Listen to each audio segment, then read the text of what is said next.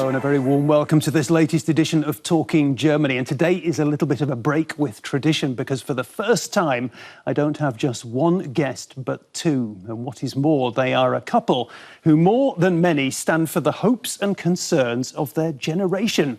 So here they are, Anke and Daniel Domscheit-Berg.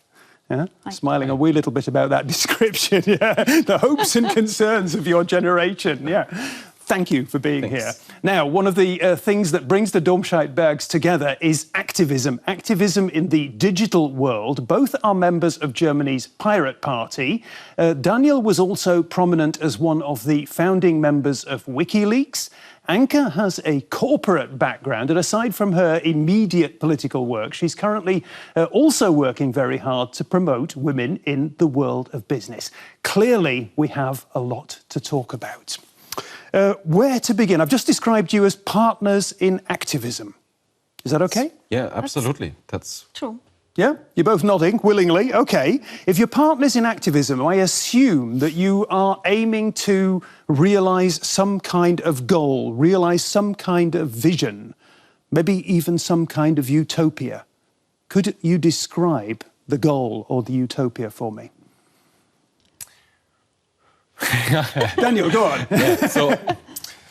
I mean, we're both activists in, let's say, the digital environment. So we're both concerned with this digital revolution, if you so want, and all the kinds of implications and consequences this has for society.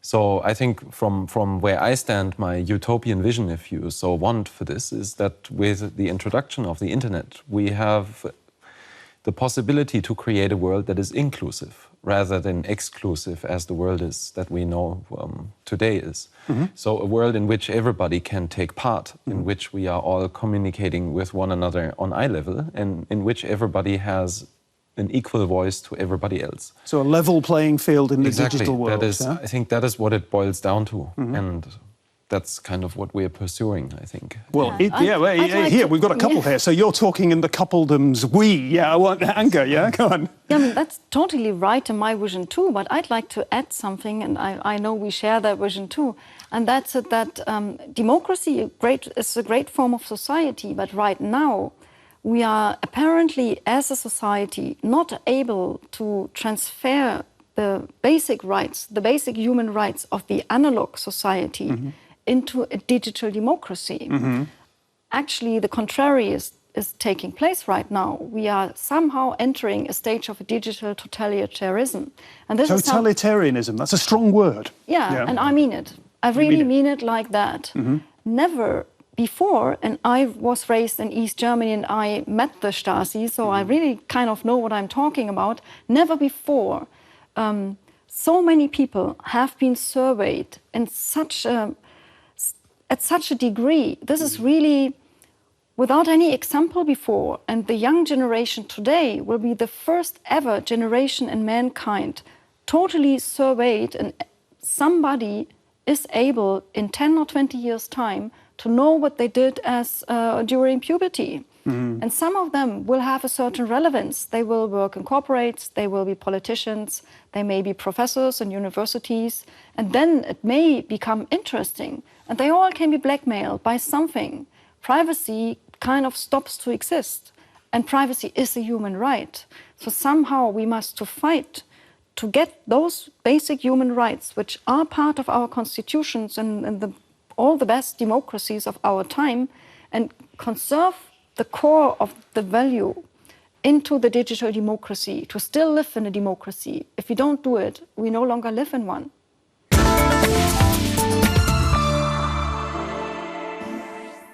It's interesting. There's one thing that I noticed. Daniel, you were born in 1978. You were born in 1968, and I was born in 1958. That's quite interesting because I'm old enough. I'm the oldie here, and I'm old enough to remember the time before the digital age. And I'm sort of guessing, Anke, the same applies to you.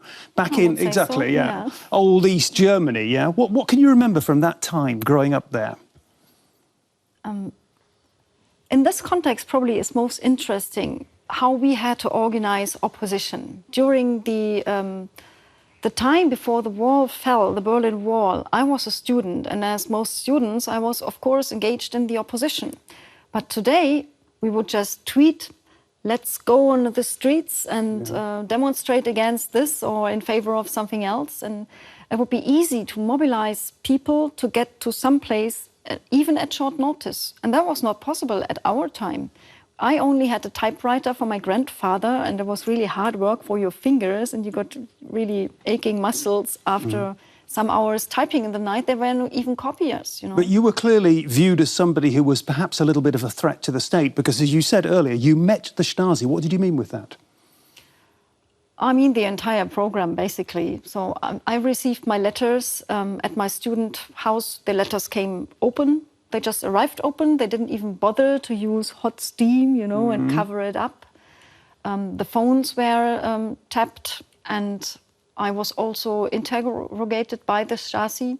I was invited to actually a student office in the next bigger city, which said something like, we would like to discuss student trips or something like that. But when I arrived there, somebody told me, we are sorry, we had to make up this letter. We don't want to talk to you, but somebody else wants to talk to you. They just pushed me into an empty office, and then there was this Stasi guy. And he wanted to blackmail me to work for the Stasi and inform them about what we students did against the official politics. And it was really nasty to see at this time how totally, on the first sight, innocent looking information about me or my family can be used against me to try to manipulate me, to try to control me, and to try to make me do things which I actually don't want. And this is why today I so fiercely fight against the mass surveillance. Because if people say, I don't really care, I don't do anything wrong, so I have nothing to hide, everybody has something to hide. Lest they wouldn't lock their doors or have curtains on windows or hide love letters in a box under their bed. You know? OK, we'll talk about that in just a second. But just tell me this. Given that what I know about you now as being sort of quite a fierce anti-capitalist, I suppose, and what I know about you, what you've just been describing about how you grew up, we need the little bit in between about the McKinsey, the Microsoft bit. You know, how did you end up there? I got my degree in textile art in early '91, so relatively short after the wall fell and the entire industry in East Germany was breaking down. You hardly found any new job, and people who had jobs were losing them. So having an art degree is probably the worst case scenario for a young person trying to find her first job. So I moved to West Germany, where I could live with a friend of my mother. And I worked for some years to save some money to study again. I just tried to get some good advice from labor agencies, what I could do to be really safe, to never lose my job. For East Germans who are not used to a labor market where people can find jobs and lose jobs, that was new for us. We always had a job, you know. So there was this type of job security. We didn't have to fear it.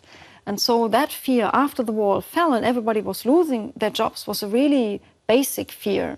And so it was my very first priority to have an education and a new degree, which just gives me 100% job security. Okay. So I was recommended to do something like international economics and business administration. And so I did that. And the natural way to the job market is a consulting firm in my case. Okay, so that's your biography. Interesting sort of aspects of your biography beginning in what was once East Germany. Daniel, meanwhile, you were over there in what used to be called West Germany. Yeah? Yes. And you were, at what age, I mean, I'm assuming you were what people would call a computer whiz kid. At what age, how did you become a computer whiz kid? Well, I got introduced to, I wouldn't call myself a whiz, I know some whiz kids, so it's always hard to see that in comparison to some really good people. But I had a Commodore 64 when, at age of 8 or 9 or so, that's when I got it. And then a little bit later, so I was very interested in technical toys. So there's a company called Fischer Technik that made small construction kits and stuff, and they introduced a robot to the market, and the robot had an interface for the C64, and then you could in BASIC program the robot hand, and that's kind of where I think I got introduced into this, let's say, the level that's beyond just, I don't know, typing up texts or something like this. Okay. You could have an impact on the real world suddenly with this computer and move an object. And where you began to have a real impact on the real world was when you got involved with WikiLeaks in the very early days. You described those, I don't know, what, 2-3 years at the beginning as perhaps among the most exciting days of your life. Yes. What did WikiLeaks achieve? What was so exciting for you? Well, the whole idea was that we are living in a world that has a lot of problems, and there's lots of people that could actually tell us what the reasons for these problems are and what's actually happening behind closed doors that is causing all of these issues that we have. And some of these people, they turn to the media and they become whistleblowers. But there's a huge, much bigger potential of people that actually don't speak up because they don't know how. And they don't know a journalist, and they don't maybe have the courage to call somebody up they don't know, or to meet up with someone in a cafe and speak about what they know. So the idea was to offer them a platform that is actually has a very low entry barrier, where it's 3 mouse clicks basically, and you're through with that, and where everybody that has just a tiny bit of courage can actually still do something. And to see if there's a market, if you so want, for this, to see if there's actually people who would want to use that. And that's what was implemented, and that's what became hugely successful. Yeah, had a massive impact. Yeah, absolutely. We've got to talk about the person, because you're talking about the problems of the world and the problems of the world going on behind closed doors. Meanwhile, at WikiLeaks, there was no headquarters, but you were there somewhere in the real world too, behind closed doors. You and Julian Assange were, what's the word, incompatible. Yes, we became that at some stage, I think. So in the early days, so I got in at like late 2007. WikiLeaks had already been going for some while, so I'm not a co-founder. I'm just somebody who was there really early and helped to build it up. But at that time, there was no time for organizational discussions or whatever. We were just working on all those documents we were getting, and everybody was doing what needed to be done. And there was no question of hierarchy and these types of things. And when at some stage around 2010, this all got with Collateral Murder and other publications, it got really popular. Yeah. This is when, let's say, questions of power for the first time came up within the organization. And then it kind of shifted from a really small but really strong team that was working complementary to one another, and that was where everybody had strengths and weaknesses and we were balancing each other out, to a place where, I don't know, Julian wanted to take all of the decisions by himself because he didn't think anybody else had anything valuable to contribute or so. And that's kind of when things changed, and I think why that all led of this... to you leaving the organization. Yes. It's interesting. I think Julian Assange is... he's clearly extremely charismatic. He's troubled. He's a very interesting character of our times. Yeah, I know now that you have achieved sort of what looks like, and I'm pretty sure is closure after what you've been through in this relationship. I'm just curious though, because I know that you haven't spoken since way back then. Yes. If Julian Assange was now to phone on, if he's watching Talking Germany out there and he phones through and he says, "Can I speak to Daniel?" Would you take the call? Absolutely. Oh, yeah, interesting. But I think it's highly unlikely, and this begins with the fact that there's just too many lies that are still being spread. I don't know how many articles popped up where he alleged that I'm working with some kind of a secret service or the police or whatever else. And I think that's where we would have to start talking, There's a lot to talk about, lots of secrets, lots of lies. We're going to have to talk about secrets and lies again. That's one of the themes in just a second.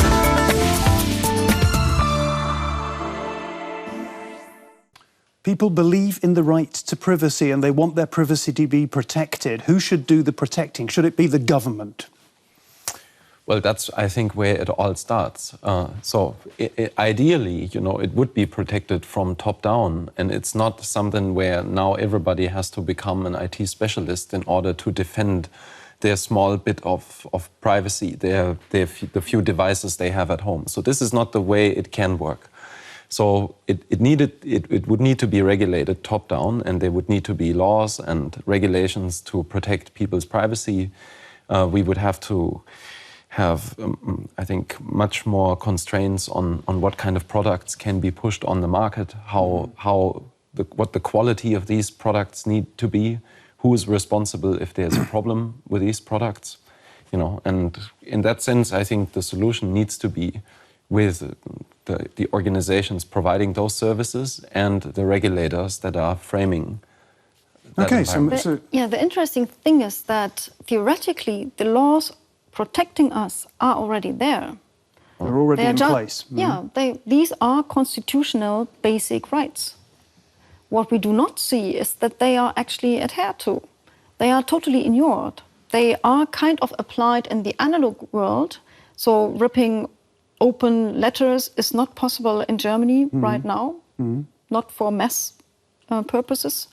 But opening every 5th email is legal in Germany.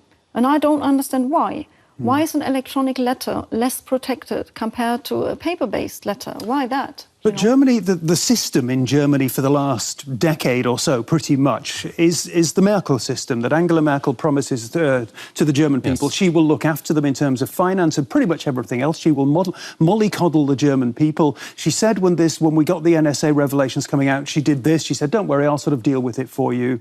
Don't worry your pretty heads. There's going to be an election, vote for me, put me back in office. And then, you know, she went off to the US. And she said, apparently, to President Obama, this is like the Stasi. So there's very mixed messages coming from the German government. Yeah, what should we believe? She said that after her own phone was tapped and she found out, which for me kind of is a surprise, that she thought that out of 80 million people in Germany, she's the only one whose communication is not intercepted. Okay, but that's Angela Merkel. What about you two? You two are presumably viewed. You're probably on lists somewhere because you're activists, as we said at the beginning of the show. So how great is your fear about the extent to which you're being snooped on, to being surveyed? Do you have privacy anymore? What do you do? Well, I think generally all of this begins with being aware of what kind of environment underlies what kind of rules. So whatever you have with electronic communication, I think I have no illusions. You know, I can protect or I can encrypt email that I'm writing, but on the other hand, most people I write emails to, they don't know how to decrypt it, so it doesn't really work. Yeah, and so there's already, at that stage, we're already at an end here, and there's not much we can do. So I just have to accept that if there's something confidential or something really private I want to speak about, then I'd rather meet up with a person. That's just the way it is right now. And you rather don't have mobile phones with you, you know?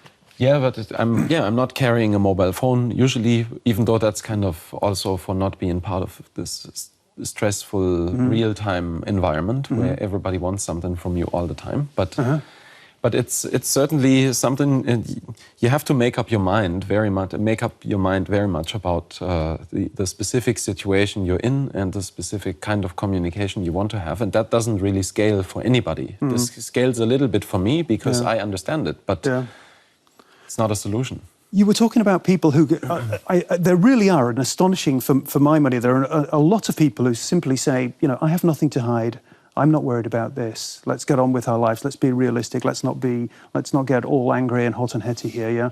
At the same time, it's very interesting. There was recently there was a press conference here in Berlin.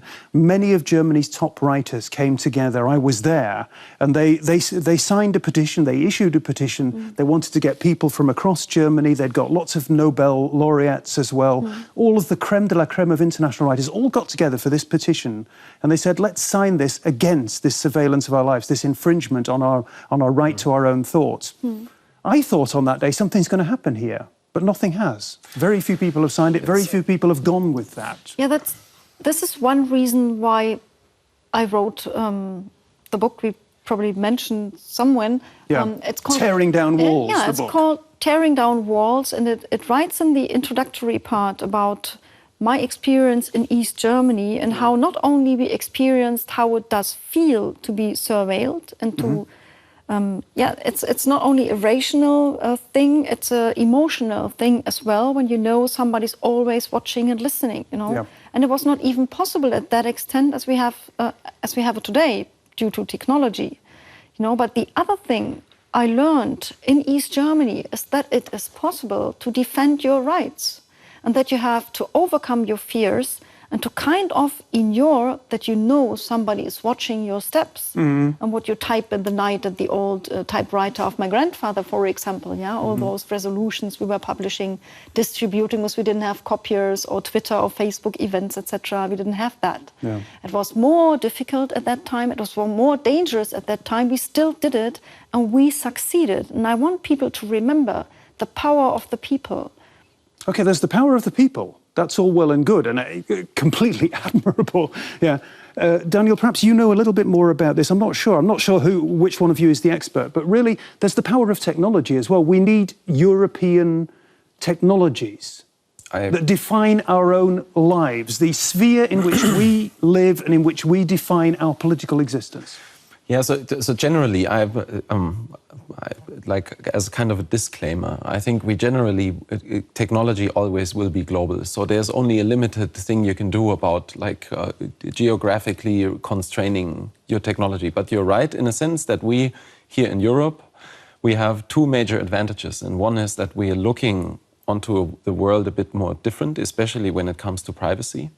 And on the other hand, we are living in a highly diverse environment. There's so many cultures, so many different people around in a very small space, actually, that we have a different kind of mindset to look at technical solutions as well.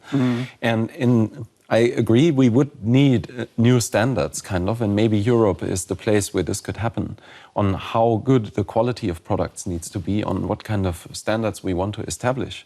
And this begins with probably the need for more openness. This is, I think, where we have the biggest problems today. You know, at the end of the day, I now potentially have to worry if there is a backdoor in an Intel CPU, like it has been alleged, that maybe on a chip level, manufacturers are collaborating with the NSA or one specific secret service or so. And if this is the concern on that level, that manipulation is possibly happening on this level, then we need a really open industry where we have open standards and where we have a very transparent way of what kind of devices and how these devices works and how that gets onto the market.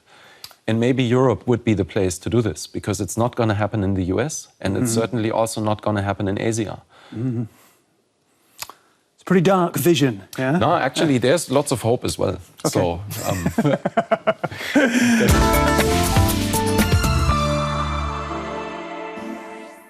And Anke, I hadn't heard of it until I began sort of doing a little bit of reading up and research for this show, and then I saw in the report that we had at the beginning of the show from the place you live out in Brandenburg in the country that there was some of this kind of art going on there. You do it, yeah? What's it all about? It's kind of taking back ownership of urban environment and making it more beautiful, especially in places where it looks really ugly, and these are many places. Sometimes it's really just for beauty. Sometimes it can also have another message. When I covered a tank or military plane in colorful knitting in the peace colors, then apparently it was not only for beauty, although it looked more beautiful afterwards, it also had a meaning, you know. The last thing I did was covering a tree in lace in a little place nearby my home. It's called Himmelpfort, or like door to heaven. We've got some pictures here, yeah? That's where I started to cover the tree, and it's where the Santa Claus official post office is located, right behind this tree. Okay. Yeah, and it's great fun to do it, and I even have an English language blog about what I do. It's called randomactsofknitting.wordpress.com. Random Acts of Knitting. Randomactsofknitting.wordpress.com. Wonderful title. I like that very, very much indeed. Yeah. Yeah, there is some about the tank. I covered the knitting. Sometimes at conferences I do this as well, and it's fun to do it. Okay. Do you knit, Daniel? No, actually, I was able to knit when I was a kid. So my grandmother was a really big knitter, and she taught me knitting and a few other techniques. But I've unlearned it somehow. So I tried knitting like maybe a year ago.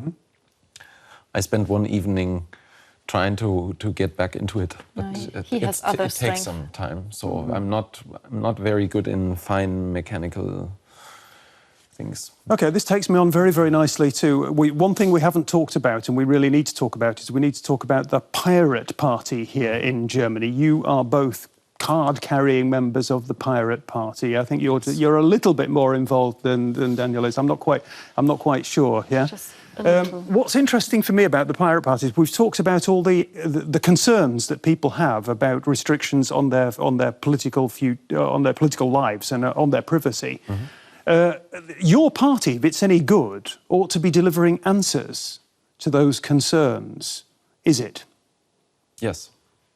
We have contrary to popular belief, and to what you hear in the media. Well, let me just interrupt before you get going, because I think I should tell the viewers out there in the big wide world, and this is possibly what you're talking about. The Pirate Party at the recent German election, late autumn, got what, 2.2% of the vote? Don't even remember. More than 900,000 people. Okay, now that's the backdrop to what you're possibly going to say. No, I was more trying to say that contrary to popular belief and what's been reported in the media, we even have like a really big and nice political program. And that's kind of the struggle we actually have here in Germany, is that for whatever reason, the perception of what we stand for and what kind of goals, political goals we're pursuing, is not really well being transported into the public. So what remains is it's some kind of an internet party, it's a political party about the internet, and most people can't really understand what the internet in that sense means and what the implication is for their daily lives and for their future. And on the other hand, we have a media that's kind of more reporting that we don't have a program rather than reporting what's in the program. You're blaming it on the media. No, it's more, it's also our, it's a very young party. Yeah. And, often people ask if that's now the end of it because of this disastrous outcome of last year's election. And I think it doesn't really matter because we are at the very beginning still of this whole movement. It's a long-term project. We're very young and we still have to learn how to communicate these very complex topics. If you want to make someone understand why the internet is relevant for their future employment situation or whatever, then that's a complicated story for most people. Sure. It's truly a generational thing. It's a generational thing, but there's another problem as well that the party has. I mean, I've got a quote here describing you, so it's not me who's making this up, one of the few women in the Pirate Party. Oh, that's actually so not true. That's not true? No. It's certainly the broad perception is that there are a lot of male nerds who are female intolerant. No, that's actually, at some stage, that was perceived like this, but it has changed. So we can totally agree on that. In the membership, you still see a big difference in the share of gender. But you do not see it anymore, for example, in positions. Our national board has been newly elected. 5 out of 8, I believe, are women.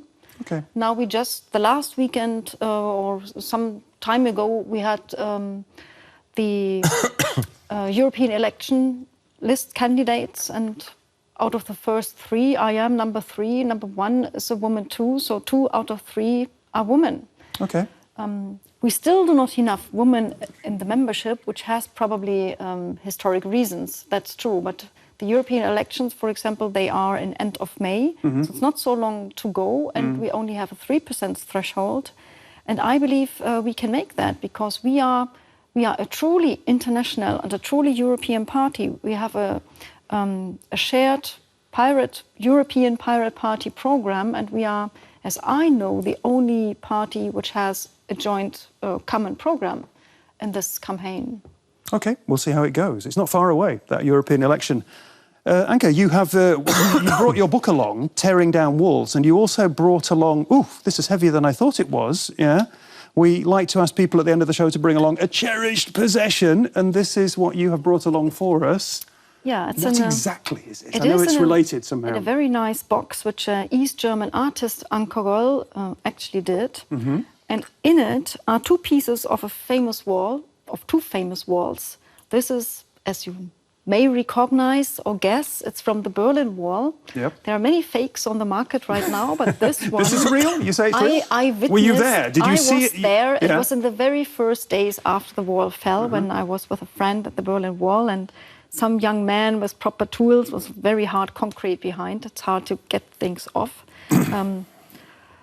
Hammered it off for us. And the other piece is another very famous wall, which you can see from space. It's the Chinese Wall. The Great Wall of China. Darker, a bit of much older. It lived much longer than But what the are you Berlin doing, Wall. taking away a little bit of the Great Wall of China and bringing I didn't destroy it because that would be really bad thing to do for somebody who cherishes cultural history or heritage. Okay. But on some places it is destroyed, and there are big piles of rubble of the,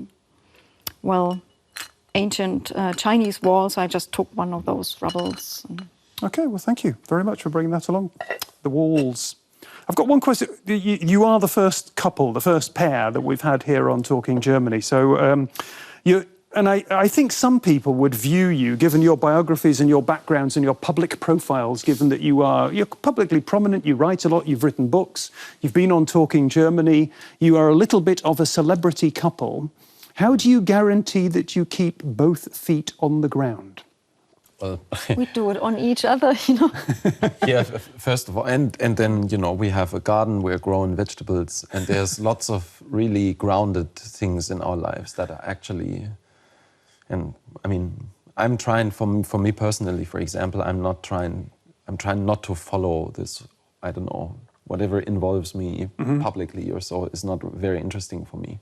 Okay. He's never And in that Googling sense- himself. He never Googles himself. No, not really. Not that we would ever use Google anyway, but Anke, here, I've got another quote just to finish off. Nobody is immune from becoming just like the kind of thing that you are trying to change. It's quite wise. That's absolutely true. It's absolutely true. Do you know who said it? no.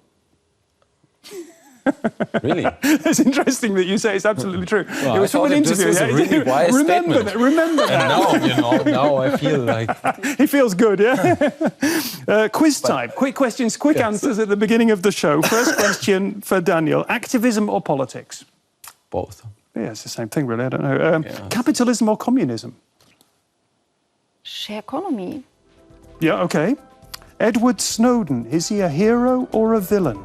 Hero, there's no... Yeah. Walls or windows? Windows. After all we've talked about, are you optimistic or pessimistic? Always optimistic. You sleep well at night? Despite all the That- concerns? That depends. That depends. Yeah, it depends for me too. I'm concerned about a lot of the things we've been talking about. That is your lot from the Domscheit Bergs. Anke and Daniel, we don't have any more time. We could talk for hours, I think. If you've enjoyed the show as much as I have, then do come back next week. Bye-bye.